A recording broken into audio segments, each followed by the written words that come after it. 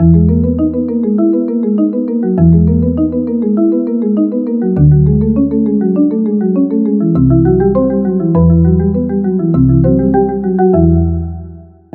to Scrollin', episode 86. I'm Ket. Joining me, as always, Davius Starjumper. Hello, Davius. How's it going, man? It's going. It's going. How was your first Battlegrounds weekend event? Starting off with the tough ones. Starting off with the tough questions here. The real toughies. Now, you technically participated. That's we true. Did some last and night. you know what? I'll go on record to say that I technically participated. And miserable is a strong word. But well, we'll talk more about that later on. Right now, we have some public test server business to get into. So let's just dive right into that. We're going to be talking about public test server version 8.2.0 for the upcoming Firesong DLC. This will be update 36. We're actually in week 2 of PTS now, so it's version 8.2.1. But absolutely nothing of interest happened in week 2 whatsoever. So we're just going to be focused on week 1. This will be the conclusion to the Legacy of the Bretons year-long adventure. Are you sad, Davius, to see the Legacy of the Bretons go? It's about time for the Nords. Time for another Nord. Yeah, time to rotate back. We've waited long enough. yeah, a year. A year is long enough. You get back to Nordtown. Anyway, this is going to be a typical Q4 release, so it's mostly going to be story focused. There's going to be a new zone to explore. We'll talk about that here in just a little bit. I want to start off by talking about the stuff that's being added to the base game. So the stuff that whether you buy the expansion or not, whether you have ESO Plus or not, you're going to have access to this stuff. First thing I want to talk about is this new quality of life feature called target markers. These things seem really cool. It's like a new tool that we'll be able to use. I don't think it's going to be like game changing, like totally this changes everything, but it's just going to be a nice, handy little thing to have. So what you can do is you can aim your reticle at any target, either friendly or hostile, doesn't matter. On PC, you press and hold the tab key, and it brings up a special selection wheel where you can choose from one of 8 different icons to place above that target's head. You can also apply it to yourself if you just like look at the ground or just don't look at another target. It'll put it on yourself. You can use it in all content. So that's PvP. You can use it in Battlegrounds, Imperial City, Cyrodiil. You can use it in dungeons, trials, the Overland. Everyone in your group can use the icons. Everyone can see the icons. I tested this on the PTS. The icon does appear in the compass, which is really, really handy. So I think this thing's really neat, man. I think I'm going to use this all the time. Yeah, I think it's going to be pretty handy. You had said it and about potentially replacing an add-on we use, the Lights of Meridia, so we can kind of keep track of our team. Mm-hmm. And I think this is going to be a better version of this. I'm actually kind of familiar with this type of system. I will say the name that's not supposed to be said, but they had something very similar to this in WoW. And back in those days, I'd used that a lot in PvE.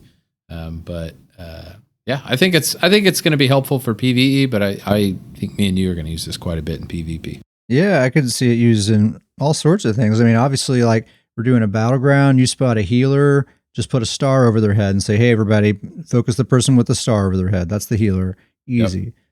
I think it'd be really handy just to mark yourself. Like maybe you're not the group leader, but you maybe just like temporarily want to have focus just to lead the charge on something, and then that's all. A trial leader, like trying to take someone through a fight mechanic, you can use these icons to like call out different phases, like focus triangle, okay, circle, or whatever. Yep. That kind of stuff would be really, really handy. I would like to see one little thing that I think would be the perfect cherry on top, which would be if you could go into your group menu and right click on a name and assign an icon from there. Because you're not always near your teammates or your group mates. So that would be nice. Yeah, that'd be a nice touch to it. Just an easier way to put it on there in case, people are running around and you're trying to grab someone specific. Hey, what's up, Maddie? Welcome. So that's really neat. I think that's something that after a month or two, we're going to forget that there was ever a time that wasn't in the game, right? Yeah, it's going to be like a nice little thing. It's going to be one of those. I could very much see it being one of those quality of life things that, like you said, a month from now we're gonna be like, "Can you remember the game when it didn't have these?" like jewelry crafting. There was a time when that wasn't a thing, but now it is. Or the I can't think of the name, but changing traits on armor. Oh yeah, transmuting. Yeah. Transmuting. Thank you. I was thinking transmog that's a too. good one. Transmuting is crazy to think about. Just run after run to get the gear that you needed. Good Lord. It really is, man. This new school, they don't know how good they have it. These youngins, like having to do Maelstrom Arena 100 times because you already have the flame staff, but you need the sharpened flame staff. Oof. Oof. Yeah. Anyway, so we'll also now have the ability to, if you want to hide other people's pets in towns. So this will be a menu option. I think by default it won't be enabled, but if you want to, you can turn it on, and then when you're in towns or other high traffic areas, you won't see any other players' followers. So no pets, no assistants, no companions, nothing. That will not apply to your own followers. You will see them. And if you duel someone, then those combat pets will appear for the duel.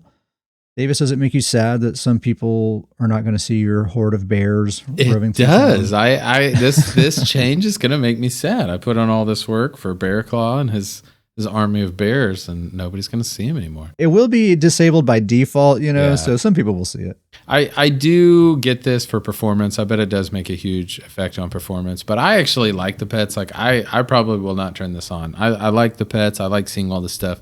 To me, it's important that like towns or zones like look busy. Like I like that. I like to see that activity. I like to see all the busy. Like if I go to like I don't know, like some sort of expansion zone that nobody really goes to anymore. Like if you go to a zone or town and it's just dead, I don't know, it like takes away from the game, in my opinion. It's hard to hang out in those zones and see just nothing happening.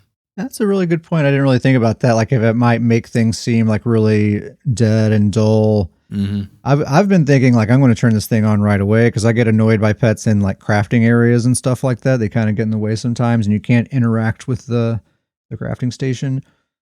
I think I'm going to try turning it on, but I will keep an eye out for what you're saying. Maybe if it does start to seem dull or whatever, I may turn it back on. People in the chat are saying this could, definitely be a good, have a good impact on people's performance if they're on lower end PCs and stuff like that. I can definitely see that being a nice option for that. It'll only be in those high traffic areas though. If you're out in the open world or if you're in a dungeon or something, you'll see all that stuff in those places. So that's a neat option. There's a bunch of housing QOL stuff. I didn't really pay attention, but it's a pretty long list. Any of that stand out to you, Davius? So, I haven't messed around with houses in quite some time. I do like housing, but I haven't dove back into that. Haven't hit that rotation piece in a while, so it hasn't come back around to me. But they did make some improvements. The way we used to do it, where I kind of was decorating your home. They've made that a lot better and a lot more things like that. But probably the highlight that is going to affect us the most is that we can now put the guild hall in the guild message of the day. So there you go. You can make a link to the guild hall in the guild message day, which is funny because nice. I feel like me and you used to think you could already do this. Like I could have sworn you could already done this way back in the day. We had that conversation, but there is like a menu option somewhere to like designate where the guild hall is, but it doesn't take you there. And it is kind of weird that like you can have an official guild hall, but you still just have to know like, oh, you got to go to Carl's house. Yeah, that's like you just have to know. Like, yeah, there's no label, so that's kind of cool that now you can actually kind of have a little bit more of a label for the guild hall. Like an official spot. Like here, click here for the guild hall. I like that. That's cool. I did not catch that. That's neat.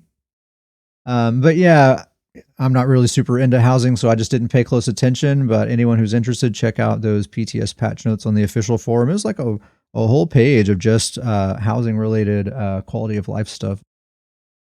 I will give away the spoiler. They have not increased the items you can put in homes. That's the big one. That's I'm waiting for. That's the big one I'm waiting for. Need that one in housing. They need to double that. Yes, there's some houses absolutely. that are so big, like so incredibly big, and it's silly the limit on those homes. Here's another new thing that I think is kind of neat. This new Emperor scaling thing in Cyrodiil. Whoever is Emperor, their entire faction gets an extra health bonus for as long as they're Emperor. So as of this update, that health bonus is going to be based on how many of your alliance's home keeps you have under control. So each alliance has 6 home keeps in their corner of the map. So as long as you have control of all 6 home keeps, then you'll have the full health bonus.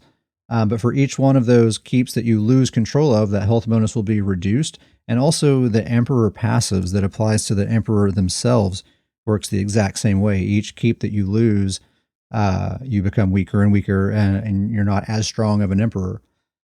As someone who goes to Cyrodiil like once a year, I think this is kind of cool. I like this. This is going to be really awesome.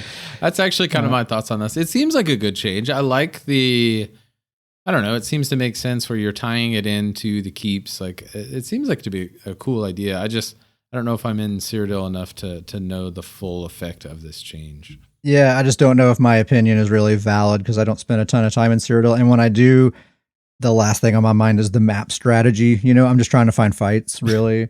Hey, but we're going on record. This is a good change for Cyrodiil. There you go. Awesome change. I like it. Change. I do think it's neat. I think like flavor-wise, like the role play aspect of it, like you call yourself an Emperor, you can't even control your own territory, like you don't deserve all this power. I kind of like that. I also like that it will incentivize a different map strategy. Like we don't do a lot of Cyrodiil, but something I do know about Cyrodiil is it's 24/7 ring around the rosy in that center ring of keeps, because that's how you become Emperor. Yeah. So it's constantly just everything's right in that center ring. This will incentivize people to go maybe deeper into enemy territory, weaken their forces, weaken the Emperor, maybe have a better chance of turning the tide. So I kind of like the idea, even if it doesn't actually result in having that effect long term. It's kind of a step in that direction, and I could see them kind of going further in that direction and shaking up the map strategy a little bit more. I like it. I think it's a cool idea. There are now armory stations in PvP zones, just kind of a neat little QOL thing for PvP people. There's these new customized action things. It's like a new cosmetic kind of thing. It's basically alternate animations for like certain actions that you can take. There's only 3 of them right now. There's a special one for porting to a way shrine, which it's actually just the exact same animation, but it's green. That's tough. And there's one for harvesting wood and another one for harvesting plants, which neither of those were really too dazzling either. I didn't think when they demonstrated those. I kind of liked the idea when they kind of announced this, like, oh, this is kind of cool. Like maybe it's, kind of how me and you both really like the personalities you can get for your characters. I was thinking like, oh, maybe this is something that could make it a little bit more unique for a character. But the more I started thinking about it, like, the Way Shrine port is really the only animation that like came to mind, and just a different color is kind of disappointing. But I don't know if there's enough animations, like different animations that I would think about. Yeah, that was my thought. It's like, how many of these could there be really? Because the combat animations aren't going to be changed with this stuff. It's going to be stuff like opening a door or looting a chest. Or we already have emotes that covers a lot of stuff. Yeah, so I just don't see that they're going to be able to take this idea terribly far. I think it's just going to be like loot box fodder, I think is what it's going to be. Yeah. Just like junk that you don't want from loot boxes, pretty much. And there's some combat and ability changes. Templars are getting their quarterly nerf. Come on, Templar. Time for your quarterly nerf. Yeah. Take it down. The backlash ability, that's the base ability for Power of the Light and Purifying Light.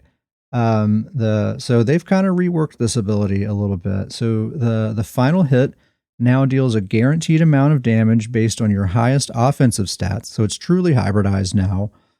That was like the one for some weird reason. This was like the one ability that was excluded from the whole hybridization thing. I don't know why that was, but now it's hybridized like everything else. So the damage of the second hit is going to deal 10% more damage than the initial hit, but then that can be increased by up to 200% based on how much damage you do while it's active, which is 6 seconds. So it works similarly to how it already does. I think they're just kind of figuring the math a little bit differently. They do say that the potency should be similar to the live version if you get that full 200% bonus. But they've changed it so that it now takes more overall damage to reach that full 200% bonus. And it can only be applied to one target at a time. The developer comment says, "F Templar." Yeah, they just need to come out and say like, hey, this is not the expansion. This is not the year of the Templar. It's not the time for Templar. Oh man, it's just like, all the nails are already in the coffin, and it's like we just keep piling on nails. It's hilarious. Actually, the real developer comment, they did make a comment. They said they wanted to make the damage from this ability less reliable in PvP, which is just what a burn.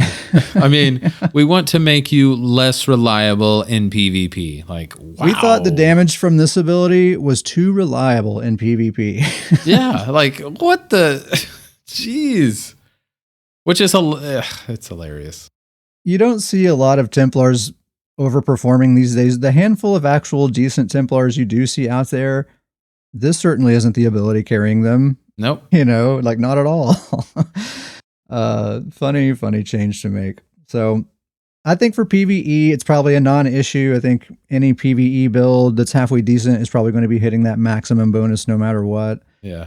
For PvP though, like as it is right now, I rarely hit the damage cap of this ability. You're oftentimes not like just DPSing someone for 6 seconds straight. You have to kind of dodge and run around a corner and block and heal and do different things. So it's kind of hard to hit that cap already. Now I'm probably never going to hit that cap. So I'm just going to, in general, be getting less damage out of this ability. And, Jabs was just nerfed. Burning Light was just nerfed. Templar, Stamplar in particular is not looking good. Yeah, that's the key to it. Because, like we've seen it, the Beamplar, the Jesus Beam in MBGs. They're good. Is good and it's effective. But now this works really well as kind of the stamina. I don't want to say execute, but it's that extra pop, that the Stamplars use. And now it's just they're basically come out and saying use the beam or nothing. Yeah, honestly, I mean, I haven't tried this myself. I mean, I've played the Beamplar and that's really good and a lot of fun. But I have not tried playing a ranged like Bowplar, but I have seen a number of them doing really well. They're actually using Snipe as their spammable, and they're using the Jesus Beam for their execute, and they're actually doing really well. Yeah, they're kind of forcing the hand at this point. Yeah, it's like play at range is kind of the way to go. But I have seen some good Bowplars out there doing exactly that. Snipe and Beam is pretty much the offense. I'm sure they are using Power of the Light as well. So, I mean, by itself, if this was all that they were doing, be like, okay, a little bit of a nerf to Power of the Light, but Templars would be fine. But on top of all the other nerfs they recently got, it's just like, man, when's enough? Yeah. And on the complete opposite end of the spectrum, Wardens, man, the absolute darlings of this patch. Am I right? My goodness. Yeah. So the advanced species passive, this will be what, the third or fourth iteration of this passive? Yeah, they've been changing this one up a lot lately. Yeah, so now it's going to increase your critical damage done by 3% per animal companion ability slotted, rather than giving you that 990 penetration that it had been giving you. The devs say this should end up being a buff for Magicka Wardens and a nerf for Stamina Wardens. I think in PvE, either way, it's probably going to be a buff for just about any Warden. I don't know. In PvP, I feel like it's just kind of like a lateral move. It kind of depends on the build, Yeah. Like one passive seems about as good as the other, really, in the general scheme. But this next one, little different. The Piercing Cold passive. This thing is just ridiculous, man. The Piercing Cold passive no longer increases your magic and frost damage by 10%. Instead, it increases all damage done by 2%, or it increases all damage done by 10% if you're wielding a frost staff. That's kind of a weird one. The developers say Wardens have a lot of, I'm kind of paraphrasing, Wardens have a lot of non-frost damage. Yeah, they have mostly magic damage, actually. Wardens have a lot of non-frost damage, so they wanted this passive to focus on all damage done, while still encouraging them to use a frost staff. I really don't like the idea of tying a specific weapon to a class, and this makes it seem like if you're a warden, you really kind of need to use a frost staff now. What's up, Dr. Professor? Thanks for joining us, man. We got a full chat. Thank you, everyone, for being here. Oh, yeah. Thanks, everybody.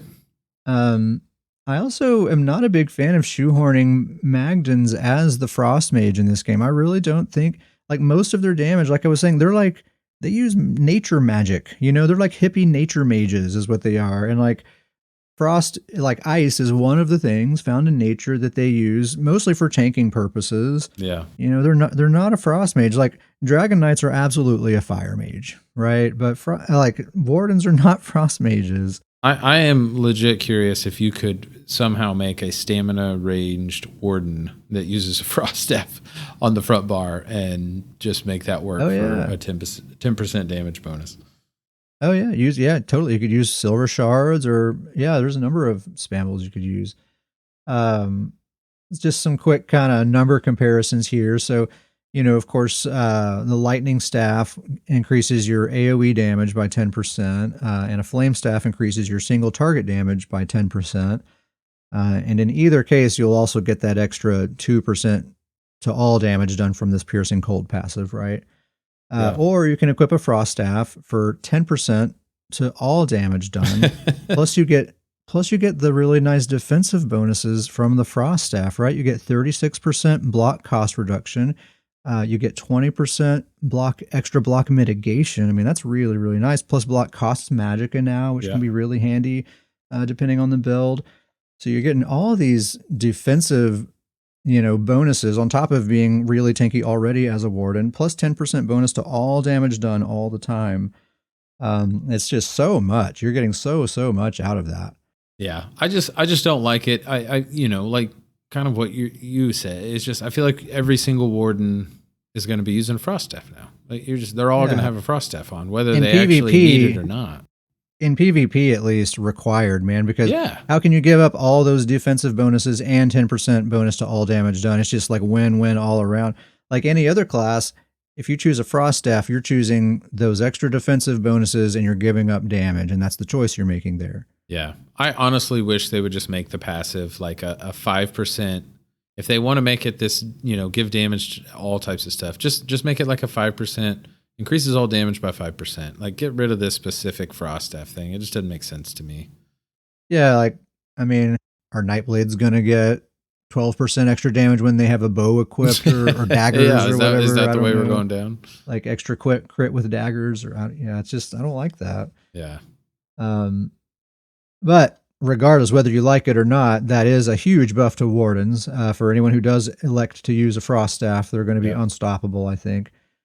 Arctic Blast. It's not good enough yet. It's just not good enough yet. They removed the target cap from the damage since the damage is no longer tied to stunning enemies. Thank goodness. Poor Arctic Blast. This ability's just been struggling so much. You know, there's not enough people using it yet.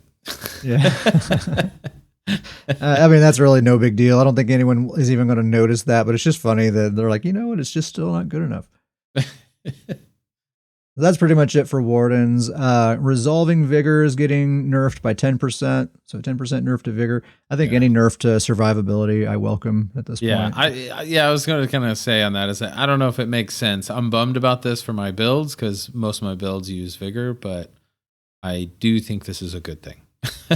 Yeah, just really, it doesn't matter if it's vigor or what it is. Just anything that makes people easier to kill, do it. Please do it. Yeah.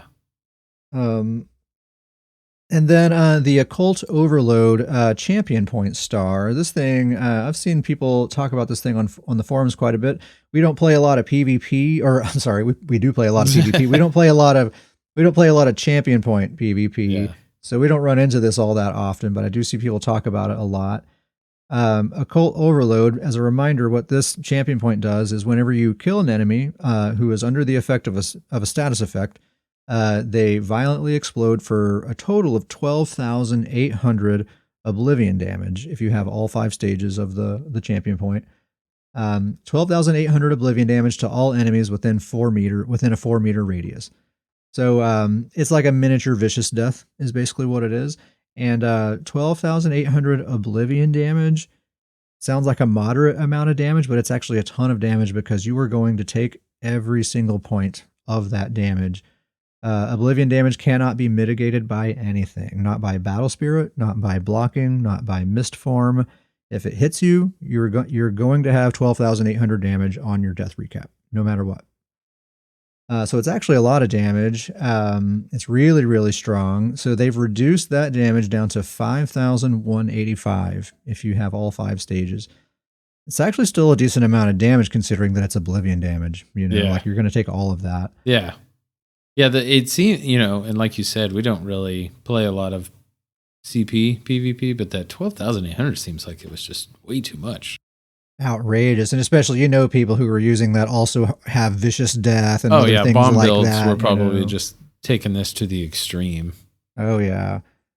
So it seems good. Yeah, it's not something we really encounter in Battlegrounds, but just on paper, that seems like, that probably needed to happen, this nerf here. It also now applies a random status effect to any enemy that it hits. It has a 1-second cooldown to prevent cascading effects, they say. There's no more target cap. The devs say it was OP. It's my own paraphrase. I mean, it was they had like a whole paragraph, but basically it was too good. That's what they were getting at. So that's kind of all the base game stuff I wanted to go over. Let's get into the actual content, the DLC pack. So it's basically just a new zone. It's called Galen and Iphelon. Is it 2 zones? I'm confused. I think it's just one zone. Like I logged onto the PTS and I pulled up the spot on the map, and there's just one single island that I see with my eyes, and in the upper left-hand corner it says Galen and Iphelon. Maybe it's like it's like volcanoes are a big thing. Maybe it's the name of like 2 different volcanoes on the island or something. Maybe so. I mean, I'm guessing as we play through the story, that will all be revealed. Yeah, it'll make more sense. Scrollingpodcast@gmail.com. What's up with Galen and Iphelon? We need answers. We need the deets. So it's a typical Q4. It's mostly about that zone. There's going to be quests. There's some delves, world bosses, volcanic vents. They brought back the Wandering World boss. There's going to be one of those. There are no public dungeons, and there is no arena. We were kind of hoping for an arena, but no dice. That hurts. It's a little bit of a sting. Yeah. It's okay. Not surprised, but disappointed still. So I'll say this. Yeah, the kind of the bummer to the no arena is that I kind of think, kind of what I was saying earlier, like there's just certain zones that die over time. Mm-hmm. And with this zone, it has no arena. It's already, there's kind of lesser items for this expansion. Like, what is this zone going to be 2 years down the road? Like, is there going to be a single person in this zone down the road? Like, I bet you're totally right. Probably not. Like, what's going to, like, the Wandering World boss? Is that what's going to bring you back? What's the draw? And so, I don't know. Stuff like that just kind of bums me out. Like, you like, for these tiny little, Q4 zones, it's cool if you have got something that kind of brings you back to them. But if you got nothing, it's just, I don't know. It's kind of a bummer. Yeah, like Murkmire has the Black Rose Prison arena, and people do that all the time. And Murkmire is a cool place. It's cool to have a reason to go there once in a while. Yep. Yeah, I know we've said it 100 times. I mean, I hope this next year's worth of content is a little spicier. It's gonna be. It's gonna be real spicy. We're not talking. Yeah. We're not talking mild. We're talking the full in. Ghost pepper. Right? Or whatever. I don't know. What's a really hot pepper? That's a hot one, right? Yeah, I think that was hot. I wouldn't eat it. Hell no. Sometimes I don't like painfully hot stuff. I like spicy, but not painfully hot. I can't even do spicy. I'm just a big old sissy. Like mild. Really? Sometimes mild's got a little bit of a kick. You know what I'm talking about? Sometimes. Whew. We're getting off track. You can earn collectibles, dies, achievements, titles, all that kind of stuff.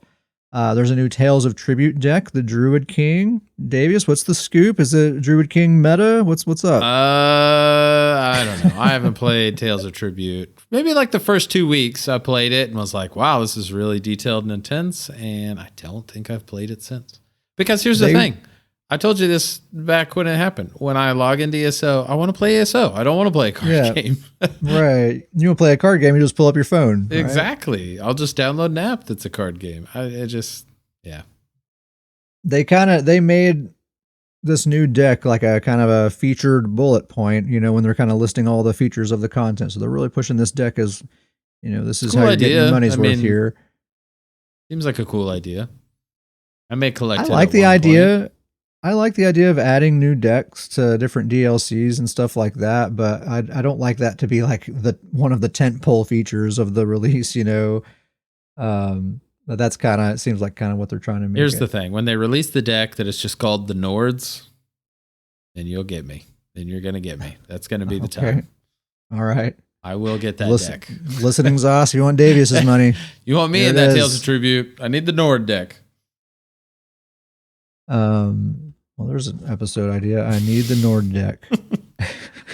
I was about to tell you, please be careful with the audio through this section. Please make sure you make it crystal clear. That's really going to avoid a lot of interesting emails that we will receive.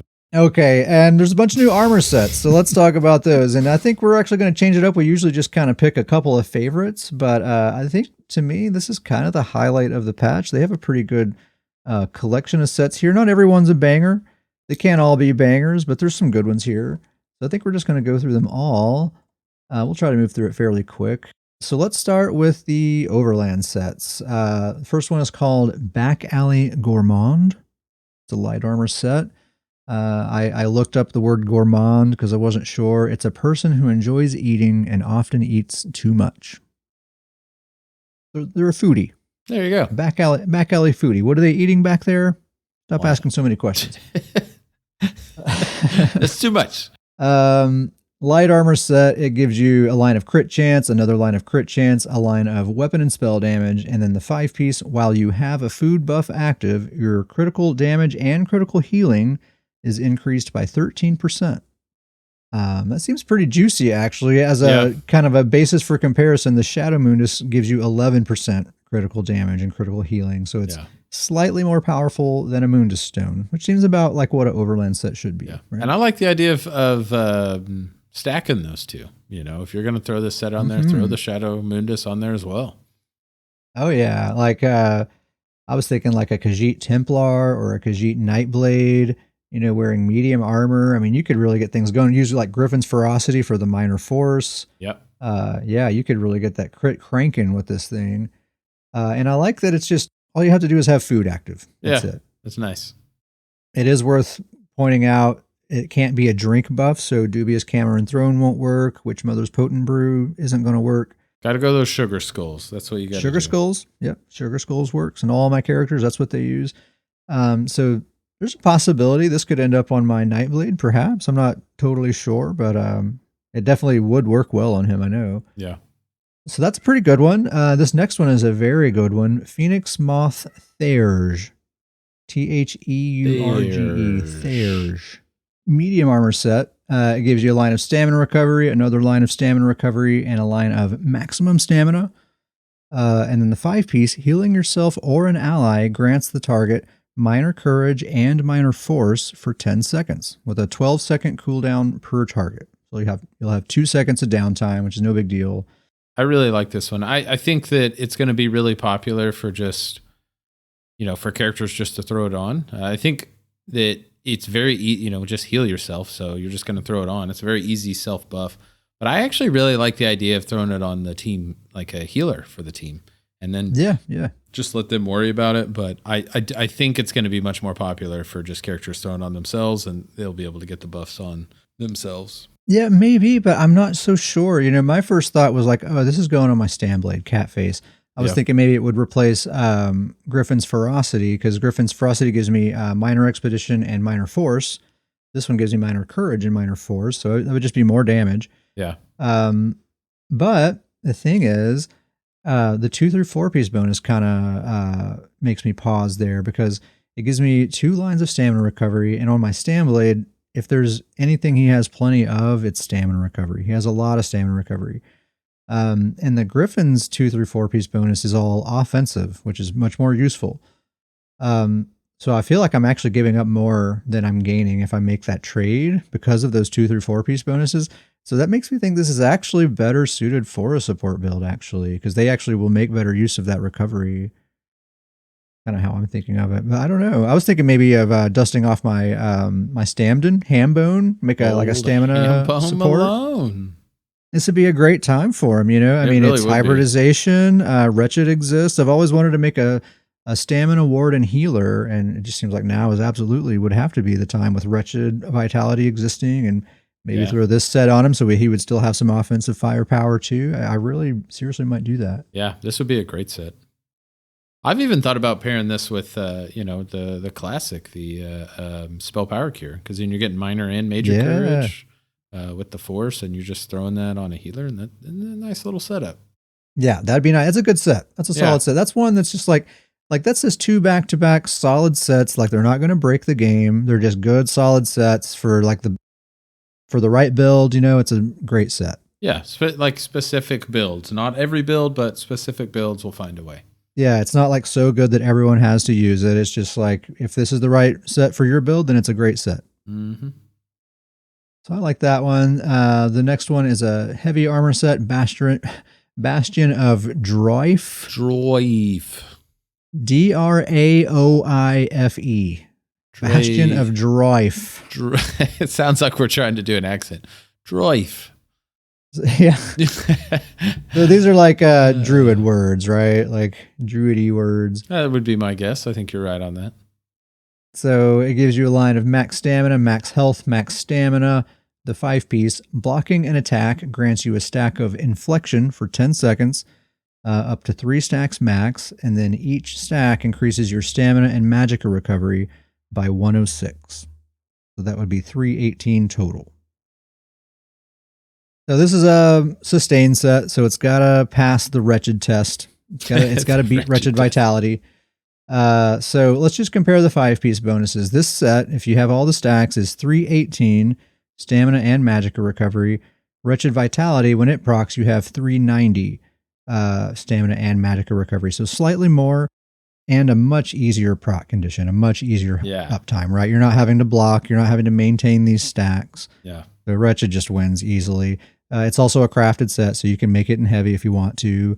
Also, this set's 2 through 4 piece bonuses aren't great. I don't think max stats are actually very valuable these days. I feel like most builds, or at least most of my builds, have an overabundance of max stats, whereas Wretched is actually giving me yet more recovery and damage for the 2 through 4 piece bonuses. Yeah. So Wretched just wins all around. Yeah. So they can't all be winners. You know, I was thinking about this. They add like 60 sets a year to this game. You know, so like they can't all be bangers. They gotta there's got to be a filler set in there once in a while. Gotta have some fillers. Yeah. Okay, so that's all the Overland sets. Let's talk about the crafted sets. The first one is called Chimera's Rebuke. Cool name. You get a line of max magicka, max health, and max stamina. So you just get a tri-stat there. And then the 5-piece, gaining resources from a fully charged heavy attack, also restores 2363 of the gained resource to the 3 allies nearest your target. That's kind of a weird one. What do you think about this, Davius? My first thought was like maybe you would use this on your Magplar healer. What do you think about that? I can see that. I don't know.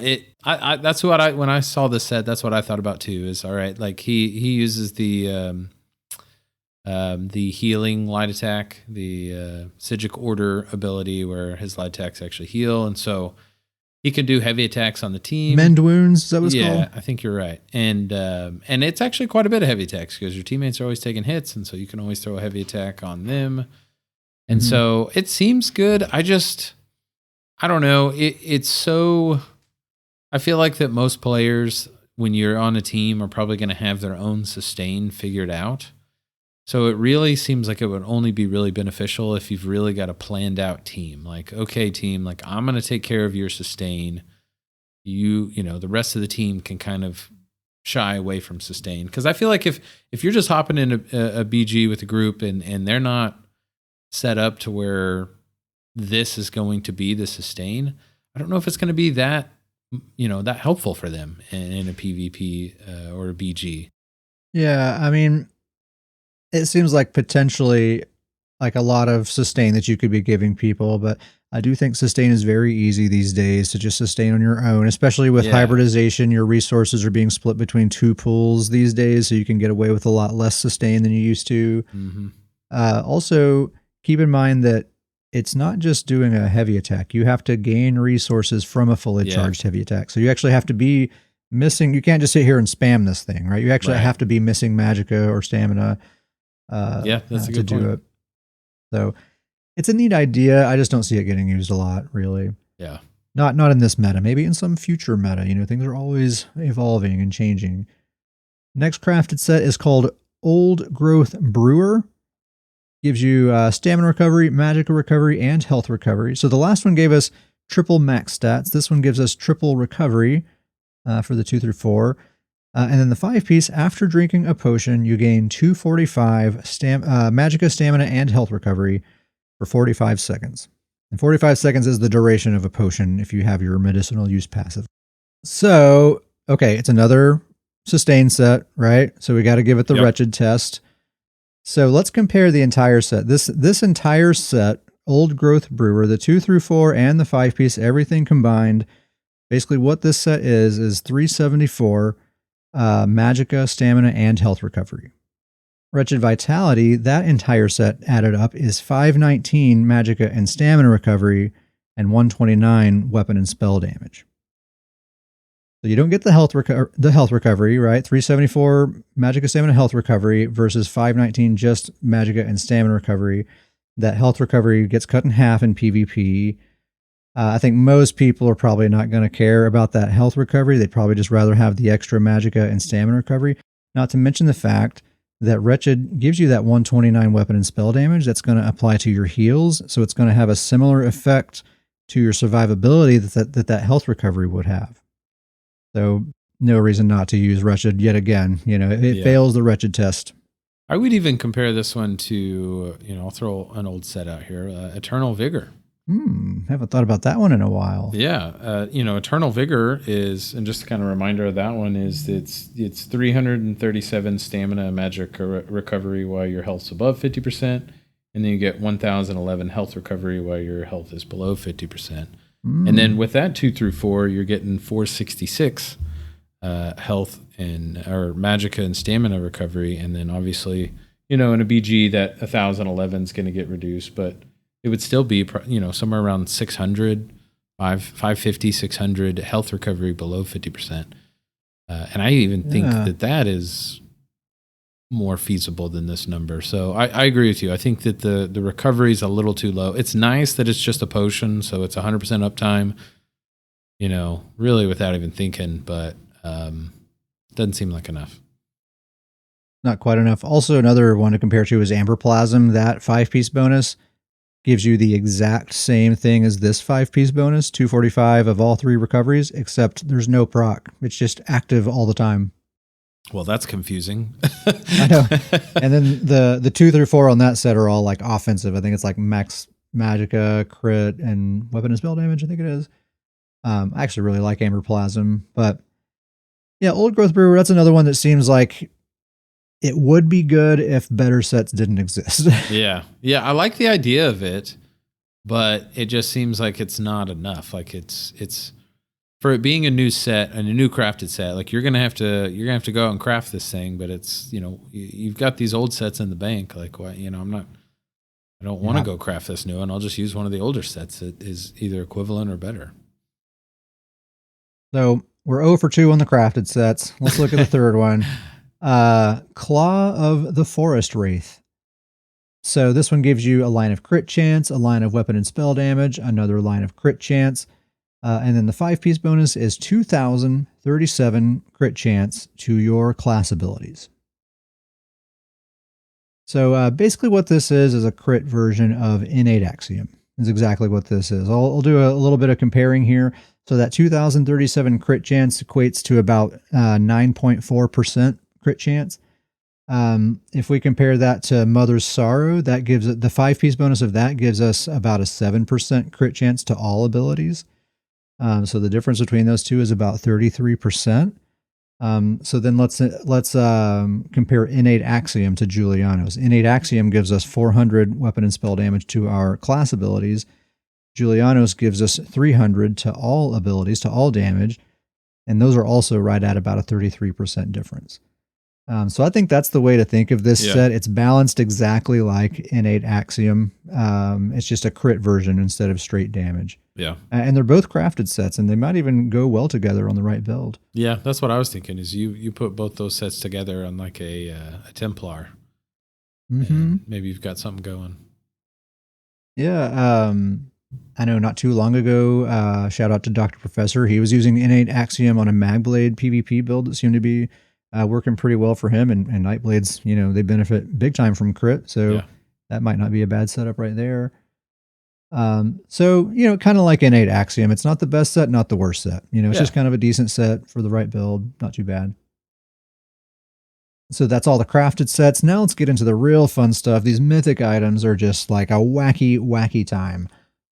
This first one is called Fawn's Lark Cladding. First of all, A+ on the name. Faun kind of fawn. Fawn's Lark Cladding. It's a medium chess piece. If you continuously sprint for 1 second, you gain the ability to pass through enemies. Enemies you pass through become charmed for 4 seconds, removing their ability to attack or cast abilities as they move towards you. Charming an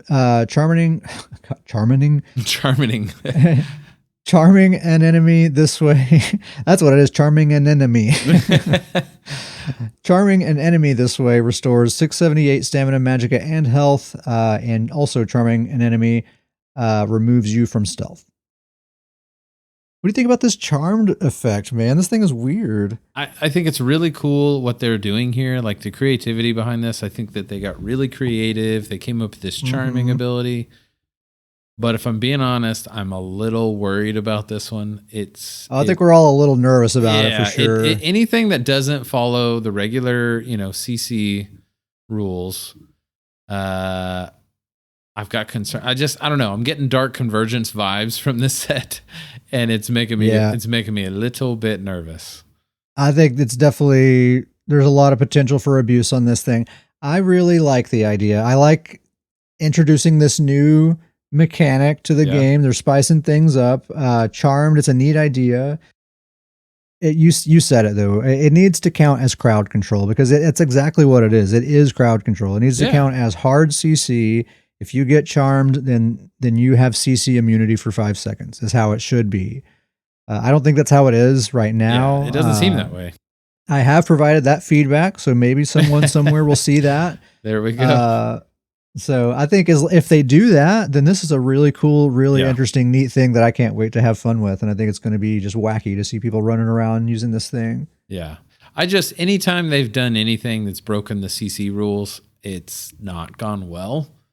And so there's always concern if they come up with another thing that doesn't follow the regular rules there. Yeah, I don't think they're really counting it as CC. So Dr. Professor is asking, it says you can't attack in your direction. So if you run through someone and your team is behind you, they won't be able to fire off attacks at all. Yeah, well, I think they have to be specifically targeting you. I think you have to have like that red outline around you, I think that's how it works. If someone runs through you and charms you, and then if you target that person, as long as you are targeting them and they have that red outline around them, I think that's when charm has its effect and you're not able to cast abilities or anything. I think as long as you just look away from them, you can do whatever you want. That's why it's kind of such a neat idea. It's like a self-applied crowd control, right? You're absolutely going to like run away from that person, as a result of being charmed. It's a really neat idea. It just needs to be crowd control. Yeah. Also, how does this work in a PvE sense? There's no way this could work against bosses. So I don't know. It's a weird. Yeah, we'll say bosses don't get they don't. CC doesn't apply to them either. So yet another example. Yeah, it's interesting. I like the creativity. A little concerned about the way it stands right now. Yeah, I think. Exactly. It's a really, really neat idea. If they don't consider this a form of hard CC, I think there's going to be some real problems. But it might be fun. It might be fun to just kind of see it happen. You know, it won't last long if it does go live that way. So I'm willing to just kind of let it be broken for a little while. I've kind of gotten to a point where I don't mind when stuff's just broken for a little while. I know it's not going to be forever. You know, let's just have our wacky fun with it for now, and then we'll do something else in a couple of months. Kind of how I feel about it. Next mythic item is called Stormweaver's Cavort. I really like that word, cavort. Start working that into your daily vocabulary. Yeah, I need to go get my cavort from the dry cleaners. It's a light armor pair of legs. It gives you 300 magicka recovery. Get a load of this thing. This thing is wild. So sprint, roll dodge, bash, break free, sneak, and block now consume magicka instead of stamina. You cannot regain magicka while blocking, sneaking, or sprinting.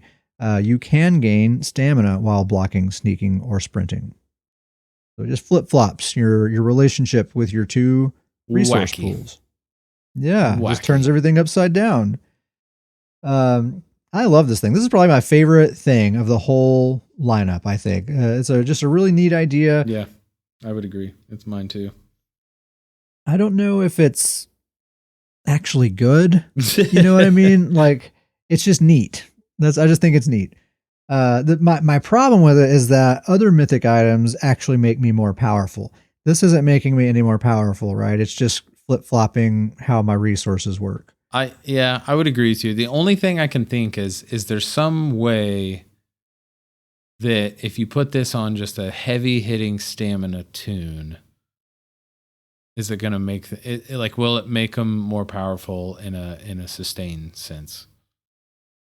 I could see that. I could absolutely see just like a pure stamina, like a pure Stamplar. Like Stamplars can, they can go like 100% stamina on their skill bars pretty easily. So like, yeah, let's say you're a pure Stamplar and you're wearing this mythic item. So now all your core combat abilities, blocking, dodging, sprinting, all of that stuff, that just comes out of your magicka pool. And that's the only thing your magicka pool does. It's basically the inverse of a classic magicka build, right? That's how it is for magicka builds, is like stamina. That's all it's for, is all that stuff. But the difference is stamina abilities are balanced to account for the fact that the stamina typically is used for sprinting and dodging and all of that. So stamina abilities across the board cost 15% less than magicka abilities. Like a stamina spammable costs 15% less than a magicka spammable. As a balancing factor. So if you're using this and all of those core combat abilities now cost magicka, but your stamina abilities still get that 15%, balancing factor there, there could be something there. There might be something maybe there's something there. I also want to play around with this on like a roly-poly Magsork. I feel like that could be fun, where like it's just the only thing that freaking stamina pool is for is dark deal or dark conversions. And that's all it does. And you could just like stack nothing but damage and just do dark conversions all day long to get your magicka back. There might be something there too. But I don't know. I haven't tested it out, but I definitely am going to like farm that thing and just play around with it and see what happens. I think it's really neat. And then the last mythic item is a heavy belt. It's called Cirabane's Ward. You cannot move while bracing. Bracing just means holding the block button. You cannot move while bracing. While bracing, you create a 12-meter zone of protection, and allies within the zone increase their block mitigation by 30% and their health recovery by 950. The dev comment points out that that only applies to your allies, so it does not apply to the person wearing the mythic item. And they also warn to be careful with the shield wall ultimate, because you're technically blocking throughout that duration, so you'll be stuck in place that whole time.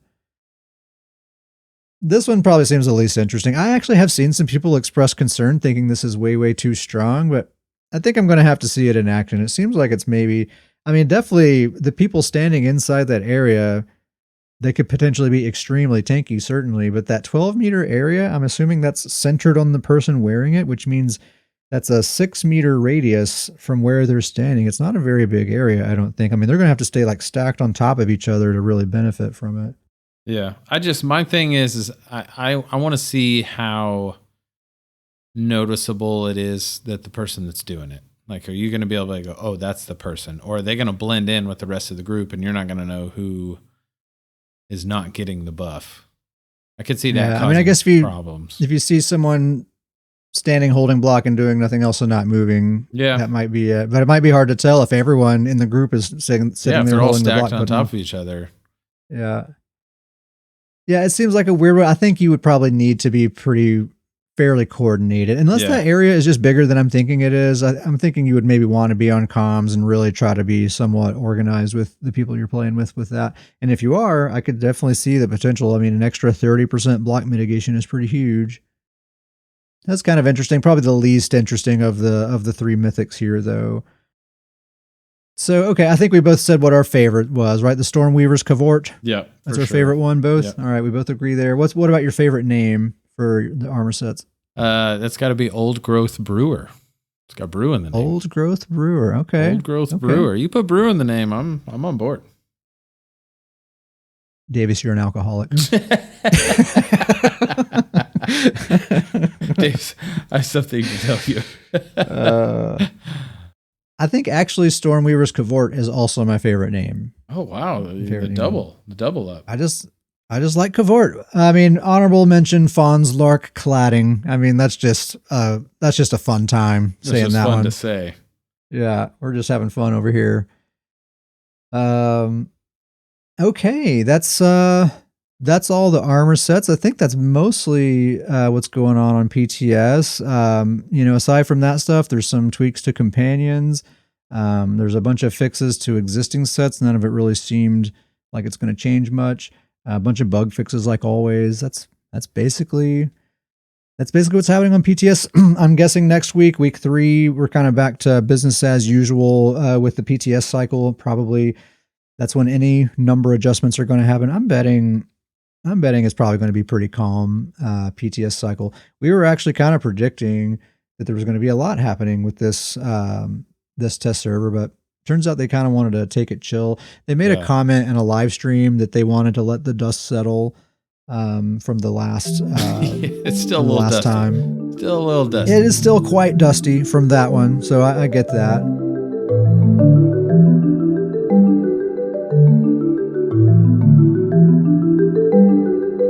Well, we had our first Battlegrounds weekend event. It was a Capture the Relic only weekend. There were good things and bad things. I mean, Relic isn't the worst possible mode, but the thing about it being a weekend event is everyone kind of prepares for it and builds for it. And that's an extremely annoying environment to play in because everyone is mega ultra tanky. Everyone's using a movability potion, so you can't stun anyone. People are just even more difficult to kill than usual. Not to mention that, like, if we're in a group queue, we'll wait 20 minutes for a queue, and then there's someone focusing the relic as hard as they possibly can, and the match is over in 2 minutes. I mean, in actual 2 minutes, like you're just running them down, trying to stop them from getting the relics, but. But I mean, it seemed like, a lot of people were enjoying it. It's not our favorite mode, obviously, but it was going on. Mara's Balm did get its proper nerf, so it does have that 1 second cooldown now. I think it's like a 1675 heal whenever it procs. It does still have that cleanse all negative effects every 15 seconds. And then you get a big burst heal. It's basically like the 1 second cooldown is temporarily disabled when you get that cleanse, and you cleanse for that 1675 per effect removed at that time. So Uncle Sam and I were actually, all three of us were having a conversation last night. Sam seems convinced that this is still a very good set, and I could see, like, the numbers wise, it seems decent, but it just doesn't seem amazing to me. I don't know. I'm kind of conflicted now. I was like so convinced, like, oh, this set's no good anymore. But Sam was like, kind of like adamant. They're like, oh, it's a good set. I think it's just the idea of the set is still there, and it's still kind of a popular idea with the current meta the way that it is. But I don't think the set by numbers wise is what I would say is broken anymore. Yeah, certainly not broken. To me, it seems comparable to Robes of the Hist, that set. I kind of think of those as being kind of roughly equivalent in their value, which Robes of the Hist is a good defensive set. Yeah. Totally. Yeah, I think that's kind of what this with the nerf Mars Bomb is kind of a Robes of the Hiss level tanky set, maybe a pariah. I think it's kind of on that level, but I don't think it's going to be something that everybody is going to be wearing anymore. Yeah. And regardless, it's still an incredibly tanky meta. I mean, just like we said, Mars Bomb getting nerfed is not going to fix the tanky meta, and it absolutely hasn't. Still a lot of Wardens, still a lot of people that just are hard to kill. And I mean, even acknowledging that applies to myself. Like, I don't die a lot either. There's just not a lot of people dying or killing anyone. So sometimes that can be fun, sometimes not. You know, I like it when people die faster, even if it means that I die more. Yeah. Typically, I'm kind of over this Warden dominated meta. I mean, it's Wardens everywhere, and we're about to go even harder in that direction with this update. So I guess we'll just kind of grit our teeth and bear through it. We did a little pre-made action last night. We were doing, you know, some capture the relic action. It was you and me. Shout out to Maddie and Dr. Professor, or not Dr. Professor. Shout out to Maddie and Uncle Sam. I was looking at the chat and saw Dr. Professor's name. Maddie and Uncle Sam, and we were all four teamed up doing some capture the relic. Sorry, Dr. P. Shout out to Dr. Professor anyway. Yeah, though, right? he can get you can't just tease him with the shout out like that and then take it away. Sorry. Anyway, we were doing some pre-mades last night, doing some relic action. So we were on 3 Sorks. Me, Maddie, and Sam were on these Execute Sorks, and then Davey's on his brand new Werewolf. Kind of a funny setup. You were not actually having a great time, I don't think. It was not well thought out on my part to go, you know what, I got this build idea I'm going to put together. Let's go in there. And then 3 Execute Sorks. You guys are, you know, zipping all over the place. You know, as a werewolf, you get a little bit of a target on your back, and you guys were definitely very mobile.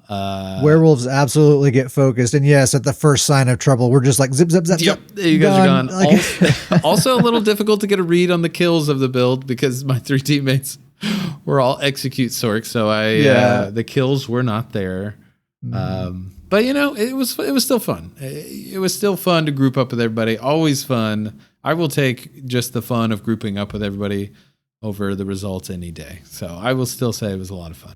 And really, after a while, I kind of started getting the hang of playing a werewolf again, because I really hadn't played the werewolf in, gosh, I don't know. It's been on the shelf for a while. And so kind of had to learn the abilities again and change some things up. But, you know, once we started getting the hang of it a little bit, I was just kind of starting to look at damage. How was damage comparable to the rest of the people on the map? And, you know, I think it started working. I think, you know, that the damage was there, and it was starting to do, so it got better as the night went on, for sure.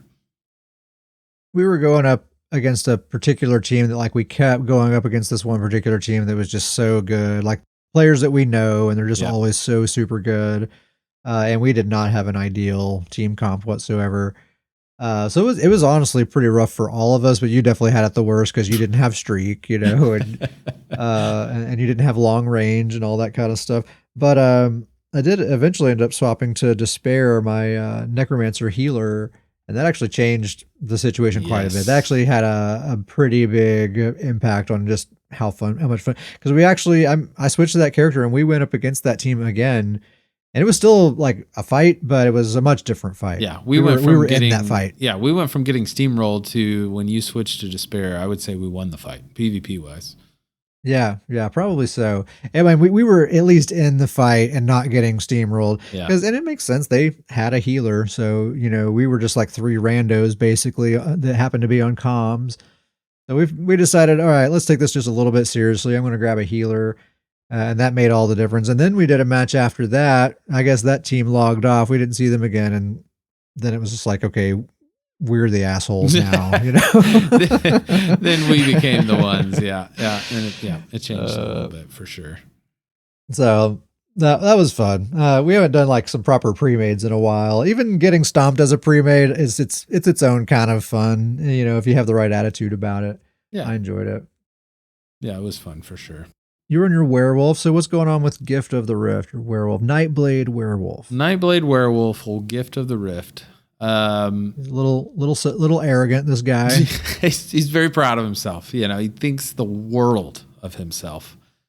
But no, I feel pretty good about the build. It's kind of fun in the sense that the setup that I have on it is nothing spectacular. It's kind of just old sets that I feel like have kind of been forgotten a little bit. But you heard me pull one out of my hat earlier, and so I actually am running 5-piece Eternal Vigor on the Werewolf.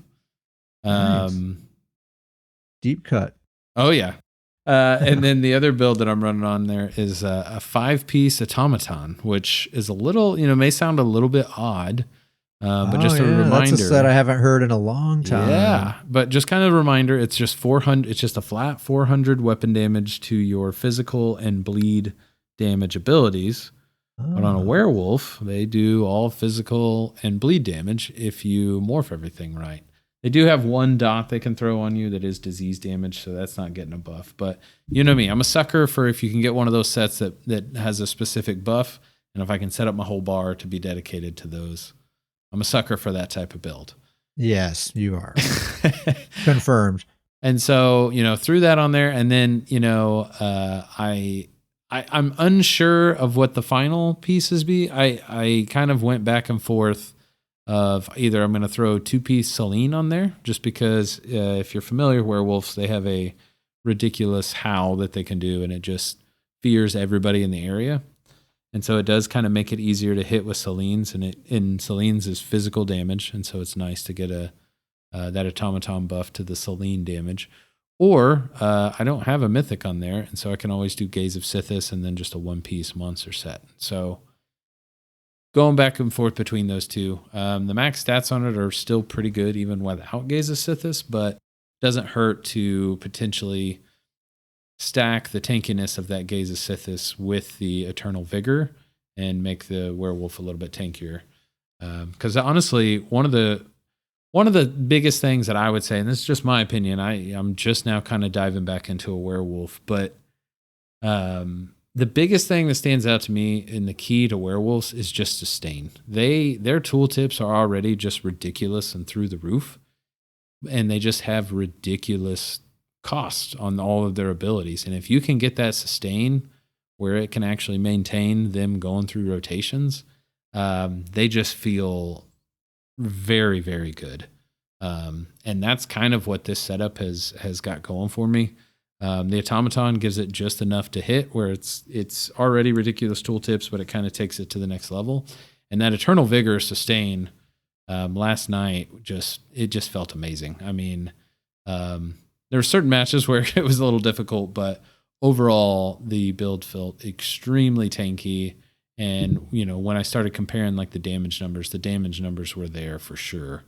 And so, the damage is totally there. Yeah. Like just like watching you in action and watching the health bars, like you can just like, oh damn, that wolf hits. That wolf's got some claws. And I mean, and the crazy thing is, a big part of that is just having the sustain to keep maintaining and going through the rotation. I mean, most of those werewolf abilities have like a 5,000, 4,000, 5,000 cost to them. It's kind of ridiculous. Yeah, it's outrageous. So with that Eternal Vigor, just kind of throw some numbers out there. With the potion buff all buffed up, the sustain, I actually get up to 2,700 stamina recovery. But that's actually kind of an amount where it actually feels good. Like I was noticing that last night as I was going through, it would kind of drop. I'd burn it all through, but then just taking a second or doing a heavy attack once, I'd get it right back up and could keep going. And so it actually felt really good. And with the automaton, like I said, those werewolves already have crazy tooltips damage-wise. And with that automaton being just enough on top of it, kind of the key to the build is just, the regular werewolf spammable is just that howl.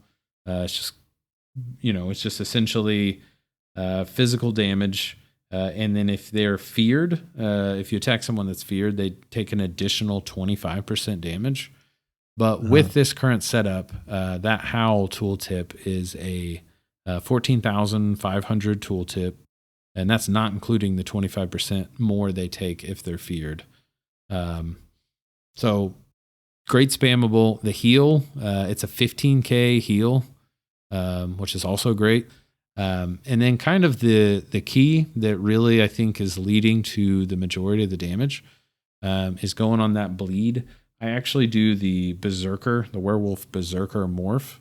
And basically what that one does is that your light attacks apply the bleed. And with that automaton and the setup I have, it's a 18k bleed over 4 seconds that my light attacks apply.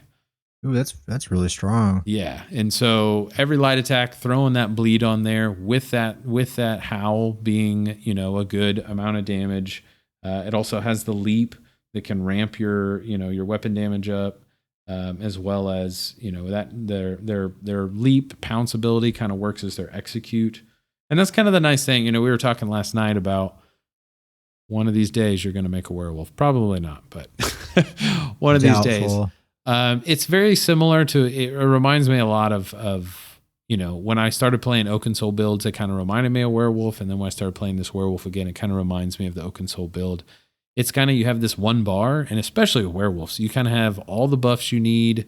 You kind of have all the abilities you need with this one bar. You've got the execute, you've got a really strong heal, you've got a really strong dot. You got a really good CC with that, that fear that fears everybody around you. And it just kind of all feeds off each other. And so overall, you add all those up, you throw that dot on there with the light attacks, and you just have that heavy hitting spammable. And it throws the damage out there pretty darn well. And with that 15k heal and the Eternal Vigor kicking on that health recovery when my health actually does get low, the overall build is actually it's pretty survivable as well. And so I feel pretty good about it. Last night we did we did those BGs, but I actually hopped into some solo BGs today, and it was a much different story, and it was feeling much better. Totally different we story. were in last night were like I said, we were up against players that are some of the best players we know. They're extremely good. That was not a good first test of a build at all. Getting used to the werewolf again. It was you start out tough. It was all downhill from there. But once I'm kind of getting the hang of the build and understanding the rotation a little bit better, and what abilities and when and opportunities of what to catch which ability and things like that. So it's I feel really good about it, and I think I'm gonna be playing on this build for a while. I really want to kind of test it out. Werewolf is very Davius. It's just a very Davius kind of play style. It up close and personal. Jumps in, get into the mess. Last night we were joking around. I will say that was one of another negative to testing out the werewolf build. A capture the relic weekend where we are doing nothing but chasing down fights in the match where you kept losing your werewolf. I kept losing my werewolf because there was no fights. We were just running around and couldn't fight anybody to hit, and so I was actually losing the werewolf. That made me want to make a werewolf even less. What's crazy is that in a normal BG, it is so incredibly easy to keep your werewolf, transformation up, but people are actually fighting. Yeah, there was no fights, and people were running and they were chasing relics, and it was just not the best test out for the werewolf, but I do feel good about the build. I think it's going to work really well. Yeah, we had a good time with it too. Gift of the Rift. I've been playing quite a bit with. Last night I was playing with the Sork, but really who I've been playing with the most lately is my Stamina Nightblade, Catface Johnson. He's using the exact same build that he's been using. It's Wretched Vitality on the body, Griffin's Ferocity front bar with dual maces, Master Bow back bar, Gaze of Sithis Mythic Helm, and One Piece Magma Incarnate. Super solid build. I'm pretty sure that's locked in. I've kind of been looking at possible alternatives to Griffin's Ferocity because the minor expedition that I get from Griffin's Ferocity is kind of redundant because I get minor expedition from Concealed Weapon. But the one from Griffin's does go on my back bar. It stays active when I flip to my back bar, so that has one advantage. But it's like any other option I consider, there's some disadvantage that I'm not wanting to give up. So I think I might just end up sticking with Griffin's, even though there is that redundancy. I might just kind of accept it. Do you think you're going to test out any of those new sets that you've been kind of talking about? I might try that first Overland set that gives you the 13% to both crit damage and healing. That might be one. Yeah. But the thing is, Griffins can easily be ran as a front bar only set. So if I wanted to do that set, I think I'd want to have it active on both bars. But I already have Wretched Vitality on both bars, and I don't know if I'd want to give up the Master Bow. Yeah, because that's the thing with that set. If with that critical heal, you're definitely going to want to have that on the back bar. Yeah, exactly. But I don't want to give up Wretched Vitality, and I don't think I want to give up the Master Bow either. So that's what I'm saying. Is like anytime I try to consider some other alternative, it's like, well, but what about this and this and this? I guess I'll just stick with Griffins. It's kind of what I always come back to. It's a 5 medium, 1 light, 1 heavy. It's mostly divines with a couple of well-fitted pieces. The jewelry's all swift. I mean, I should just gold this thing out at this point. I think. Honestly, it's I've kind of been all around it so many times. It's like, no, this is the build. So I can't recommend it highly enough. It's still performing extremely well. Like in this tanky meta, this is honestly probably. Well, I have that Sork now, so that's. I was about to say this is probably my best performing character. That Sork is probably my best performing character, but man, this dude is not doing bad at all. Crit damage seems to kind of be the way to go too. Like I find like a lot of these really tanky people, if I get a good crit on them, they actually can die sometimes. Every now and then someone does die. Once in a great while, someone dies. But Nightblade stand blades are just so, well, this is more of a hybrid blade, but they're so fun, man. I know I've just been saying that for a few episodes now, but you got to make a Nightblade. It's just like, I think it's the best time ever to be playing a Nightblade. Like slap Wretched Vitality on and just have a ball. Like nothing can stop you. It's so fun. I think I probably will make a build video for this dude at some point. I feel like I've been saying that for a while. But it's like, this one's a tough one because it's a build that I feel really strongly about is really, really good. But it's also tough because I think Nightblades in particular, it's tough to make videos for because there's so many like Nightblade mains out there that just get like 10 gazillion kills in their videos. And so like making a Nightblade video in particular, I feel like is challenging, but I should just do it because I just really like this build and this character a lot. Yeah, make it happen. All right, I will.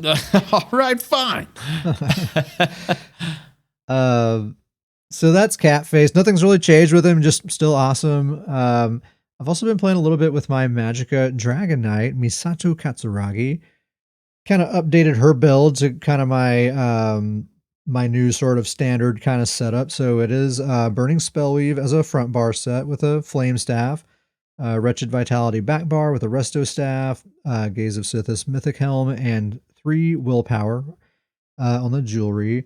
It's 5 light, 1 medium, 1 heavy. Again, it's mostly divines. I think I have maybe 2 or 3 well-fitted pieces, but I think I'm probably going to end up going all divines in the end. I was doing 3 infused on the jewelry, but of course, I switched to Swift. The extra damage from infused was nice, but there was just too many times. Like this is a pretty squishy build, and there was just too many times I was dying, and it's because I didn't have the speed that I'm used to having to be able to reposition and kind of stay a step ahead of people. So I switched to the 3 Swift. It's really not that much of a damage loss, and my survivability is way, way better. That's just how I have to play. That's just It's what I like. It's what works well for me. So that's just what I got to do. It's been really fun. It's a really basic gear setup, but it's also very, very powerful, which is exactly what I like. I had kind of a challenge coming up with a good bar setup that I really like because Dragon Knights just have so many really, really good abilities, and it's like no matter what I do, I feel like I'm leaving something crucial out, and I try to move things around to get that in, but now I have some other crucial thing that I don't have in here. So I was kind of going round and round in circles. I finally kind of asked myself, all right, what are the abilities that are the most fun to use, right? Like what makes a Dragon Knight fun? And to me, like it's that old school, like I'm just crowd controlling everyone and just being a general problem and a nightmare to everyone is kind of what I want to do. So in my mind, it's all about those talons and fossilize. Those are maybe my two favorite abilities of a Dragon Knights to use is Talons and Fossilize. Absolutely. You got to have the whip. So I have the Flame Lash whip. And then Flames of Oblivion. I like that because it's a little bit of extra burst damage, and it gives me that crit buff on the front bar. Here's one real challenging thing though. Like, so Dragon Knights have that Mountain's Blessing passive, right? That gives you 10% extra weapon damage. So for that reason, even Magicka Dragon Knights need to stack weapon damage because of hybridization and everything. You know, that's 10% extra damage that you have that way. The problem is I've always used spell power potions to get my main power buff for a Dragon Knight. But I can't just switch to weapon power potions because there's no way to get a weapon power potion that gives you Magicka, you know, my major Magicka recovery buff.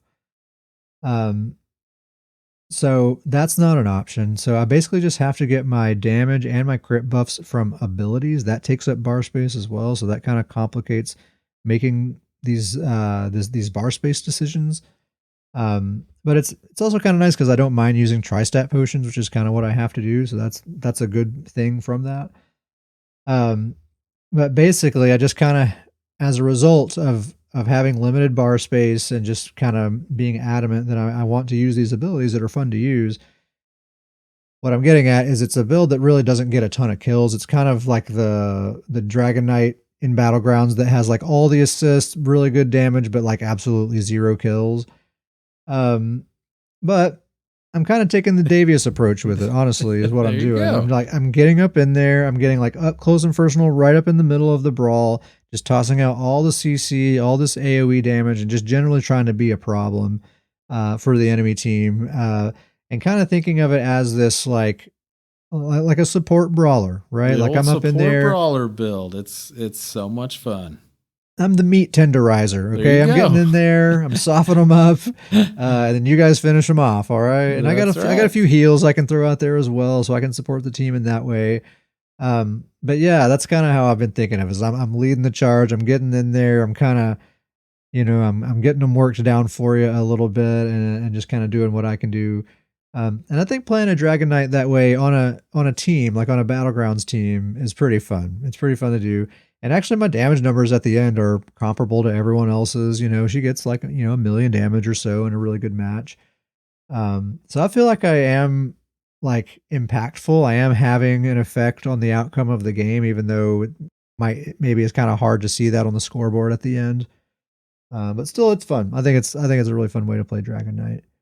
Yeah, I'm pumped that you've got the MagDK back out. I haven't grouped up with you yet, but I'm excited to group up and maybe do it's very different from what she used to be. She used to almost be a ganker. She had so much damage. Yeah. Back during the proc meta, but it's a very different kind of Misato these days, but I like it. It's fun. I'm telling people, you got to get that support brawler build. It's a lot of fun. You pair up with some people. It's more, honestly, I feel like it's more of a mindset or more of like an approach than it is a build, you know, like it doesn't necessarily rely on any particular kind of build. It's just like, well, if you have a brawly kind of character in a battleground, try to play them this way. And it's pretty fun, you know, like you're not necessarily, I mean, get kills when you can. Absolutely. But that's not necessarily your goal. You know, you're trying to, you want to be Scottie Pippen, you know, you're giving them the alley-oop. You want your teammates to be Michael Jordan. I mean, it's funny you say that. I've literally gotten to the point where, especially on like Lord of Nords, you know, my StamDK, I really just aim to get their health bars to a certain point, and then I kind of back off at that point. Like I almost kind of pull off and know, okay, especially if I'm running, you know, with you or Uncle Sam on those really high damage execute builds. I kind of already know, I've played with y'all, I've learned, okay, I get them down to a certain point and I can turn away and like that's going to be handled. And so I just kind of aim to get the health bar at a certain point and then kind of just move on to the next character. Yeah. Yeah, I like that. And, you know, it's not like I don't have any damage. Like, I mean, the Talons actually are a really strong dot. It only lasts for 4 seconds, but it's like I think it's 8,000 damage over 4 seconds. Not a bad dot at all, especially considering dots, how weak dots in general are right now. Flames of Oblivion, every 5 seconds, it's giving me a little extra dash of burst. That's really good. Flame Lash does really, really good damage. And when it procs, you can do like 5 or 6 of those things in a row. Leap, really awesome ultimate. Like, so it's not like I don't have any damage. It's just kind of like I don't quite have the finishing power is really what it is. Yeah. But that's okay. Like you just kind of, you have this sort of support brawler approach and you can kind of measure your success in a different way. Yeah, Maddie says DK is to add pressure. Exactly. Like I'm adding the pressure. You guys be spamming those executes and we're going to get through this thing.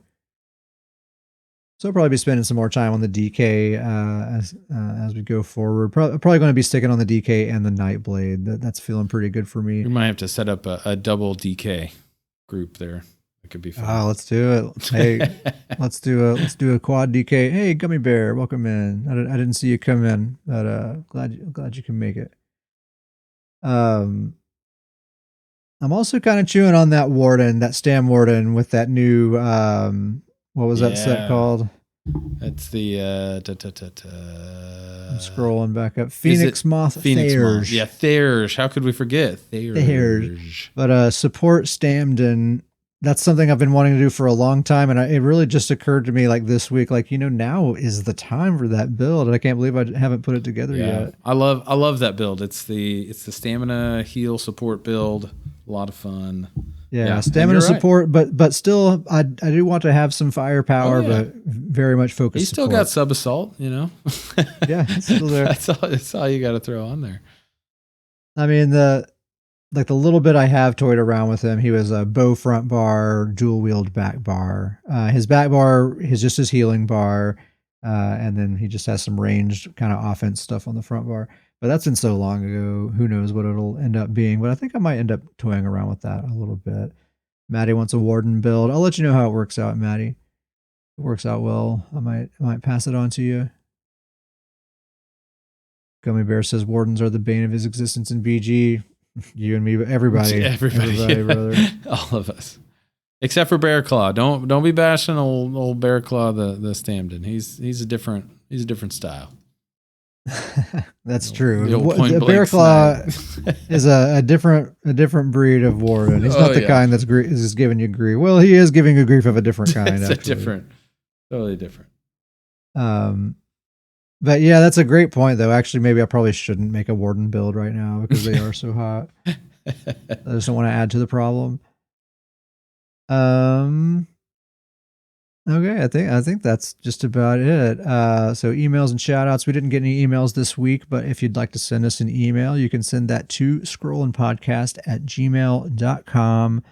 Let us know if you have any questions, any suggestions for the show. Say hello, tell us a joke, request a shout out. Speaking of shout outs, we have some today. First of all, shout out to the chat. We got Dr. Professor Grizzly Khan, Gummy Bear, Maddie, Crimson was here earlier. Thank you all so much for coming. Very glad to have you. Also, shout out to Maddie, aka Anonymous Canadian. Gotta say it right. New member of the Stoons Goon. She didn't even know it. She was like, wait, you guys do a podcast? Well, why am I in this server? What's going on? Also, shout out to Gummy Bear, also a new goon. He found out about the show, like 2 weeks ago, and he's already listened to powering through the almost every episode. I think like 3 days. He's like, I'm on episode 50, guys. I'm catching up. This dude was like throwing out the deep cuts. He knows like names of characters and builds, and he's on episode 52. 52 now. Been going since Friday, I think he said. That's great. It's great. Yeah. So we've been having fun in the Discord. Thanks for joining us, Gummy Bear. Good to have you. And yeah, just thanks everyone for listening. We do have a guild. The guild's name is Stoons Goons, best named guild on the server. Prove us wrong. If you'd like to join Stoons Goons, send us an email at scrollandpodcast@gmail.com. And we'll send you an invite. If your guild roster is full, no big deal. We can get you in the Discord. And as far as I'm concerned, everyone in the Discord is a fully fledged goon. So scrollandpodcast@gmail.com, and we will get you in there. Davius, what else? That was a good one. I liked that. That was one of the better Stoons plugs right there. That was a good Stoons plug. That was a good one. That was nice. That was nice. The Goons have been doing well lately, so we got a little more pep on our step today. Oh yeah, there we go. We got some new members, We got a couple new members, so I got a little enthusiasm. The ranks for the Goons. are just exploding. I mean, the guild house traffic is quadrupled over the last 20. Well, you can't count by the in-game guild. Okay, you got to count by the Discord, which is actually a pretty decent little roster there. There you go. Anyway, I guess that is the end of the show. Thank you all very much for listening. We'll catch you next time.